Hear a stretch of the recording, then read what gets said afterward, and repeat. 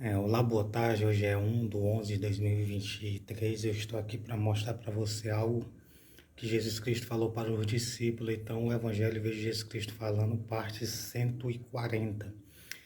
Está em Mateus 26, versículo 1.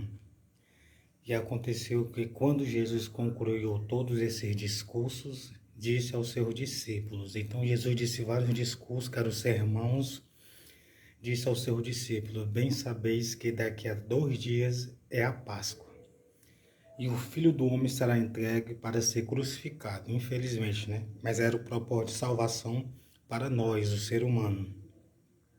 Depois os príncipes do sacerdote, os escribas e os anciões do povo reuniram-se na sala do sumo sacerdote, o qual se chamava Caifás, e consultaram mutuamente para prenderem Jesus com dolo e o matarem.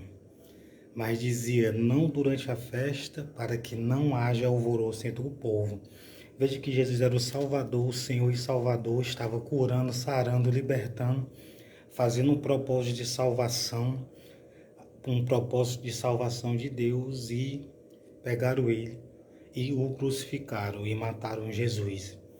Por que eles fizeram isso? Porque era um propósito de Deus, segundo as Escrituras Sagradas, era um propósito de Deus, de Jesus vir à Terra e pregar o Evangelho e depois ali ser infelizmente crucificado ou felizmente crucificado, porque é o propósito de salvação, né? A Bíblia diz em João 3,16, porque Deus amou o mundo de tal maneira que deu o seu Filho unigênito, para que todo aquele que nele crê não pereça, mas tenha a vida eterna. Então, se eu e você crermos, você vai ter a vida eterna. Então, você pode ler as Escrituras, você pode ouvir as Escrituras Sagradas, e você pode também obedecer e ir a uma igreja, quarta, sexta, nos domingos, para poder você, em nome de Jesus Cristo, ouvir as palavras de Deus e de Jesus, o que Deus tem a falar para você.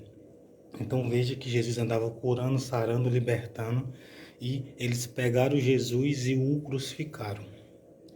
Então o sumo sacerdote Caifás, na casa dele, consultou para poder matar Jesus. Então o que é que nós aprendemos aqui? Que Jesus ele veio obedecendo o Pai dele na terra, curando, sarando, libertando, e foi crucificado para nos salvar.